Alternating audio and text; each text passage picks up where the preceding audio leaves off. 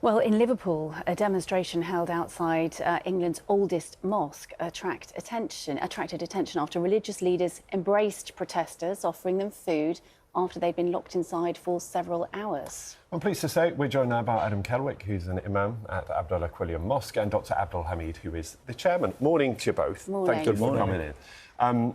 Adam, maybe take us back to Friday and talk us through that sequence of events, because you had an insight that this protest was coming. Yeah. What did you do? So first of all, we saw rumours online that there was this protest planned. We didn't know how big the size of the crowd would be to protest against our mosque. There was a lot of concern and worry within the community. And so what I decided to do, speaking with the mosque, is let's approach this the way that our founding father approached it. So the mosque is the oldest in the country. It was established by Abdullah William Quilliam.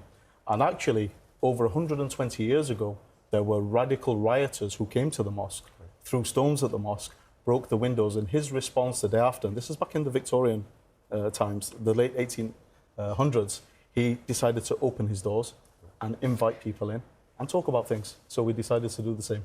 Which was potentially a brave decision because, Abdul, you knew about the rumours online. You were getting to be aware that people were building up outside. At that point, what was the feeling inside the mosque? You know, how concerned were you about what potentially could happen?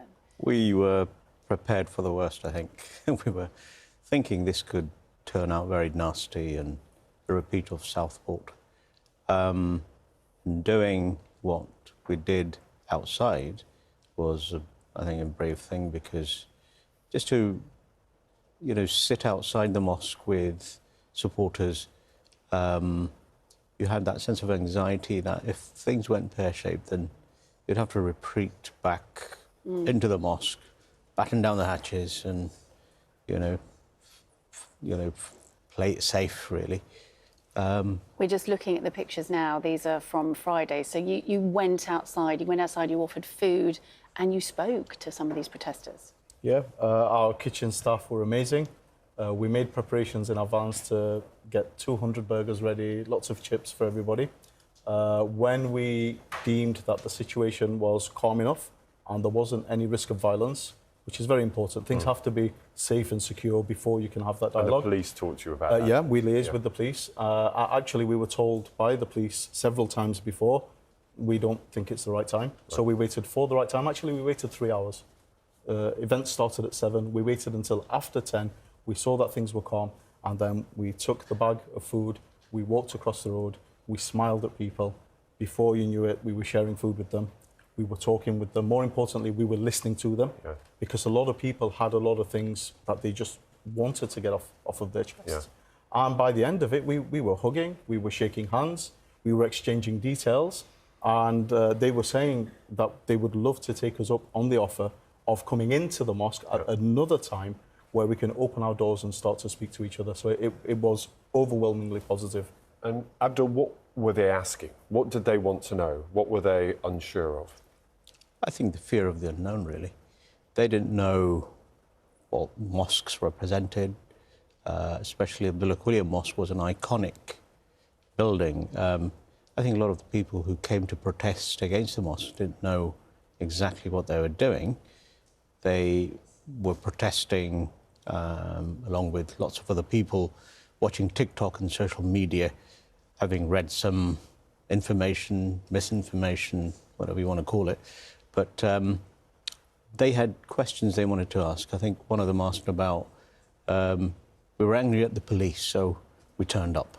And so that, lots of people have issues. And I think if we had gone in opposing them, that would have created more tension and anxiety.